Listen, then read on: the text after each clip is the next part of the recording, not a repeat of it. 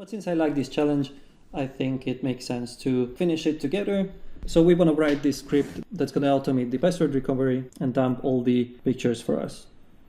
Okay, so we talked about the script to do the password extraction. And I'm not gonna write it live, so I've already written the script here. It's a simple and stupid script, so mostly copy pasted from Google, but just to give you an idea what it does. Basically here I'm listing all the exe files in this folder and iterating it through in the file name variable, and then I open each file. I read the file, but I only take this specific part of the file. Now, if you wonder where I got these numbers, I got it from a hex editor. So I have here XHD. So this is a hex editor app. And if we throw this binary in here, then we can search with Ctrl F. We're looking for Unicode characters and we'll look for brick.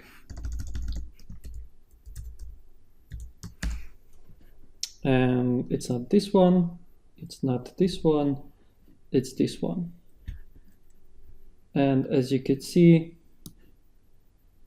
this is the address I use, the 2AB0, and then I went to 2ACF. So I basically read these two lines here. You might wonder why I didn't use cutter for this. If you go into cutter, you see that this is an offset. This is an offset basically in the virtual memory. So it's not really an offset in the binary. So that's why I used this hex editor to actually use the offset in the binary. So basically in which line in the binary we find these texts. So back to the Python code. I read the whole file, but then I use only this part where the password is, and then I replace all 0 bytes with nothing. Basically, that's how I'm cutting out these 0 bytes. And the result of this is gonna be the password. And I'm creating a comment variable, which will echo the password into the file name. So that's how I will input the password and execute the file with that. I will just print the comment for debugging to know what's happening, and then I'm gonna call this comment what I created here. That's pretty much it, iterating through all exe files, extracting the password and creating the command, and then executing the command. So let's try it. By the way, this Python script is only runs in Python 2. So if you are having Python 3, you might need to tweak it a little bit. So I have Python under c/python, python.exe, and then my Python script is cleverly called solve. So let's run it. Let's run. We see a lot of awesomes. So it seems quite okay. If you can see that a bunch of PNGs were dumped.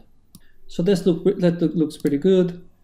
If we go back to the Flaggo folder, we could look at it in another view. Let's see large icons. But you can see there are all these assembly icons. There are all these Lego assembly manual images, and to each of them we have a character. We just have to put this together now.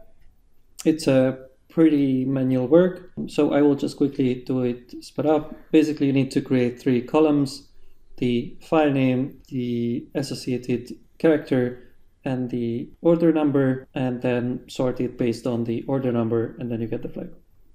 So let's quickly see it.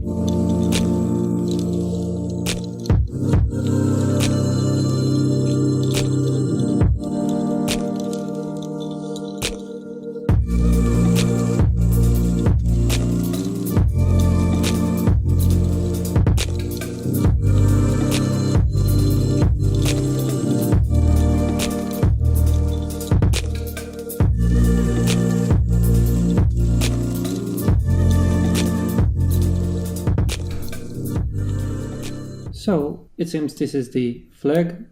I probably accidentally deleted this M at the end. You can confirm that. So this was the flag for this challenge. I think it was pretty cool. And just to summarize it, in this lecture we tried Cutter, the official graphical user interface for Radare2. Here it is again. To test it, we used the third challenge of the 2018 Flare-On challenges, and we reversed the binary to find the password. We found in a binary where the password was checked, but the place in memory is populated in runtime, so we had to find that the password is stored in a resource which is loaded in runtime. Once we identified that the resource is called brick, then we could write a Python script that will parse each of these exe files for the password and executes the files with the password. These dropped us all these images, and then we just manually paired the images with the drop letters. As you can see, Cutter is fairly mature, so it can be used pretty well, but I think it's good if you understand what really happens in the background on the Radare side. Now you can decide yourself if you like Cutter or the terminal version, and comment below which one you would prefer. And of course, no judging. So thanks for watching, and see you in the next lecture. Bye.